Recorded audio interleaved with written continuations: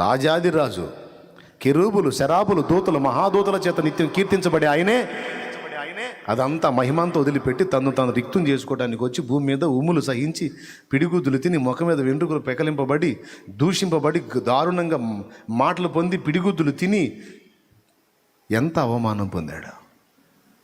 ఈరోజు ప్రిస్టేజీ, పరువు, అది ఇదని ఏదో పిచ్చి మాటలు మాట్లాడే వాళ్ళు కొంతమంది ఉంటారు. నా పరువు అంతా పోయింది, నాకు దారుణమైన అవమానం జరిగింది. నీ బొంద జరిగింది. ఎవరికంటే ఎక్కువ, ఎవరికంటే గొప్ప? నువ్వు యేసయ్య కంటే గొప్ప? ఈ ప్రపంచంలోనే ఆయన కంటే గొప్పోడు లేడు.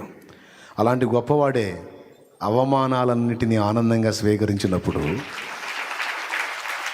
ఒక అవమానాన్ని నీకు గిన్నెలో పోసి ఇచ్చాడు అనుకో, ఎవరో నిన్ను అవమానపరచడానికి ఒక పాత్ర ఇచ్చాడు నీకు, ప్రభువు నీకు ఇచ్చింది తాగవా? చస్తావా? ఇప్పుడు అవమానం అనే దాన్నే పోసి ఇచ్చాడమ్మా ఒక దశలో నీకు, ఇప్పుడు ఇచ్చాడు అనుకో, ఏమనాలి నువ్వు? నా ప్రభువుకు తెలియకుండా నాకు ఇది జరిగిందా?